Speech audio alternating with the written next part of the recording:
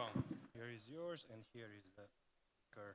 So 5 minutes. Let me try first. Yeah, it works. Hello, everyone. My name is Andrei Rabchuk, and I'm founder and CTO of Akurateko payment orchestration platform. The company is founded by three like-minded professionals with accumulative experience more than 50 years in fintech, with successful projects both in Europe and in Ukraine. The team behind Akurateko consists of including developers and support and business unit, consists of payment professionals as well. The vision of Akurateko is to make payments easy to implement for our customers and seamless to use for the end users. Developing of a payment gateway is quite consuming and time-consuming and costly thing. The recent payment technologies like Click-to-Pay, Apple Pay, Google Pay, or Open Banking, quite sophisticated.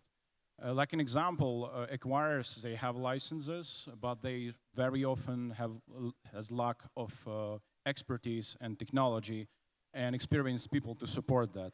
That's why they have, let's say, they can miss opportunity to generate additional revenue. With the help of Akurateko, we can provide them both with the technology and with expertise and unlock this potential for them. With Akurateko, you can rent the fully white label customizable payment gateway based on the most recent payment trends and technologies just within 2 weeks. Our clients are payment service providers, bank acquirers, and global merchants. Greenfield payment service providers need three things to run their business: license, software, and financial partners. We provide software. Mature PSPs already have a software, but quite often this software is outdated. With the help of Akurateko, they can embed the missing features inside their platform without need to change integration for their customers. We are a global company, but marketing-wise and sales-wise, currently we are more focused on Europe and MENA region. In Europe, we are mostly working with companies from financial centers like Lithuania, Malta, Cyprus, Estonia, Netherlands, Luxembourg, UK.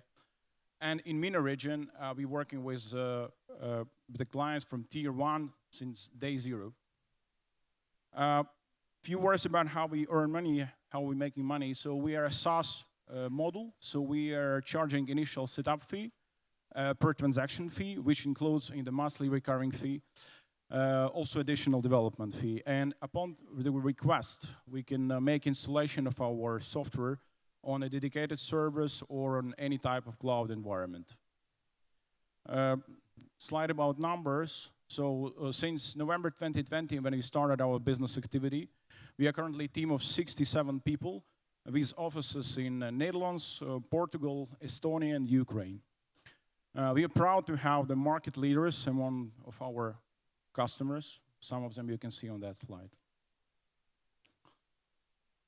Our ask for the moment, nevertheless, that we are profitable since July of 2024 is 5 million euro, which we plan to spend on expanding to new markets and to entering into the card-present payment segment, so to make payment orchestration for POS and MPOS.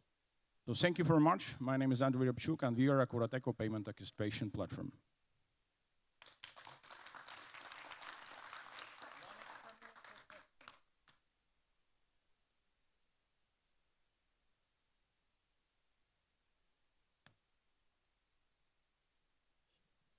How long are you on the market?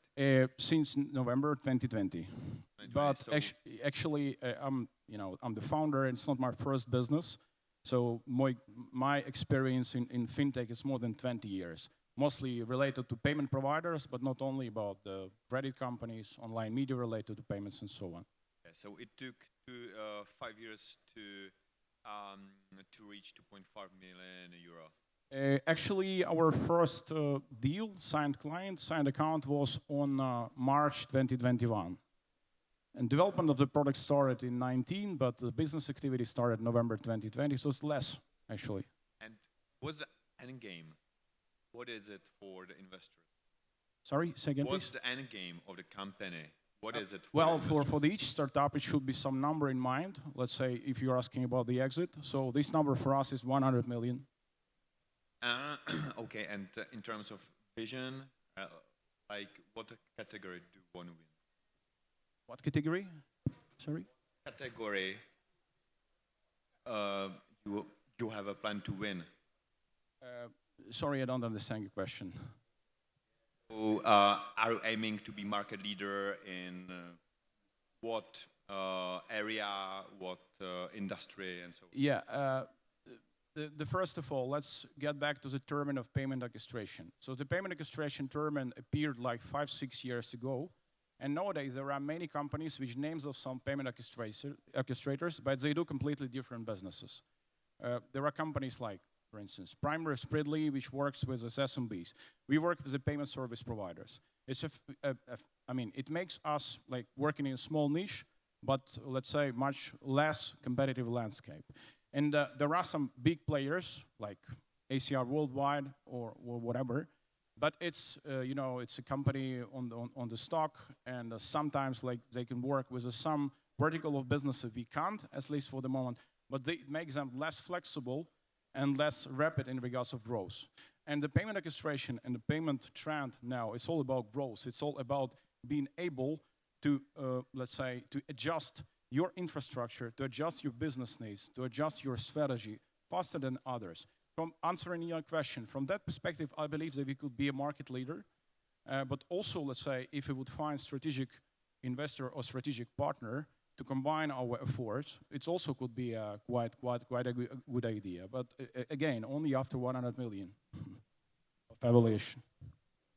Thank you. Can I go now? Right. I'm Polish, so I like the translation of your name. Great branding, by the way. Thank you. Akurateko in Polish will be just eco, which plays not only with payments, but it would play in ESG kind of format. The question is, congratulations on you showing the projections for 26. There was like a year-on-year growth, like 100, 200%. Where do you see in this? There's a geographical coverage where you're going for. There's a lot of players that have some kind of part of this coverage or other coverage. How do you see yourself in 5 years when the market is really diversified in the small countries of Europe? On the other hand, you have these global players that are trying to get into these markets as well. First of all, each market differs from the other. So as I put on the previous slide, our plan for expansion, including North America and Latin America, where we already have our clients. Also, we have a MENA region. So coming back to your question, 5 years ago, MENA and now are completely different markets.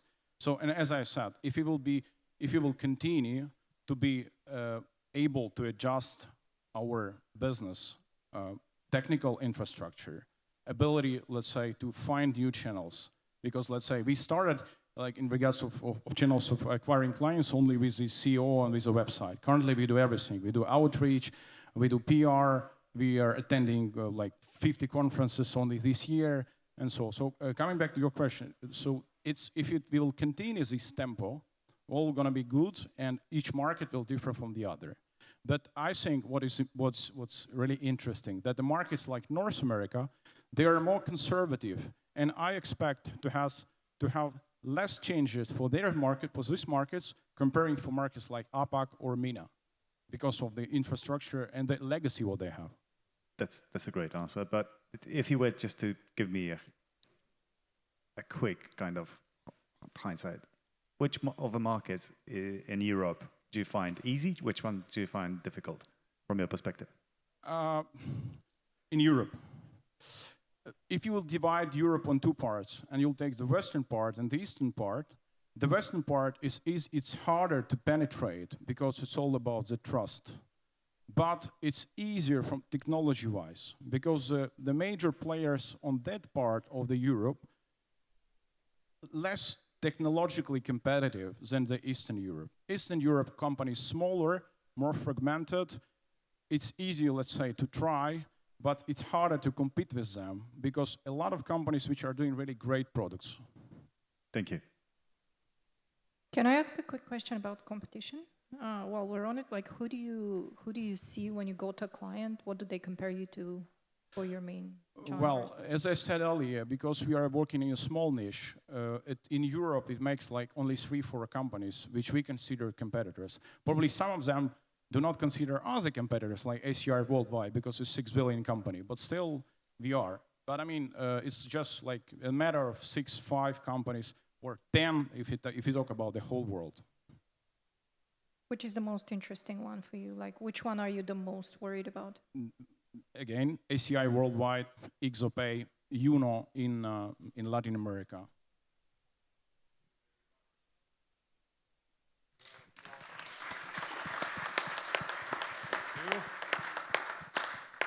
Okay.